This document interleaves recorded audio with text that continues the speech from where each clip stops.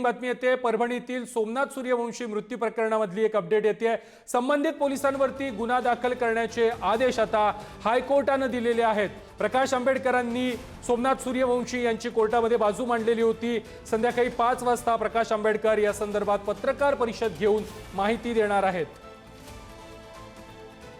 या संदर्भात अधिक माहिती देत आहेत आमचे प्रतिनिधी अक्षय मुंडे। अक्षय, परभणीमध्ये सोमनाथ सूर्यवंशी याचा न्यायालयीन कोठडीमध्ये मृत्यू झालेला होता, त्याचा लढा सुरू होता, कोर्टामध्ये हा लढा सुरू होता आणि आता या प्रकरणामध्ये गुन्हा दाखल करण्याचे आदेश खुद्द कोर्टाने दिलेत।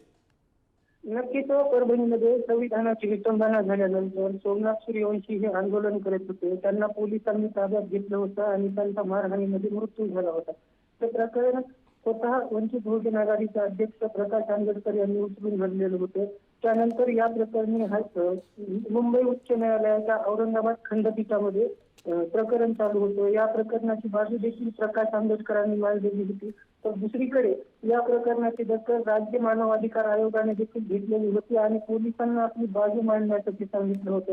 पोलिसांवर गुन्हे का दाखल करू नयेत अशी विचारणा देखील आयोगाने केली होती। तर आता औरंगाबाद खंडपीठाने या प्रकरणामध्ये दोषी पोलिसांवर गुन्हे दाखल करावेत असे आदेश दिलेले आहेत। एकंदरीतच पाहिलं तर या सर्व प्रकरणाची माहिती देण्यासाठी प्रकाश आंबेडकर स्वतः संध्याकाळी 5 वाजता पत्रकार परिषद घेणार असल्याची देखील माहिती मिळत आहे। अगदी अक्षय, धन्यवाद तुम्ही दिलेल्या सविस्तर माहिती संदर्भात।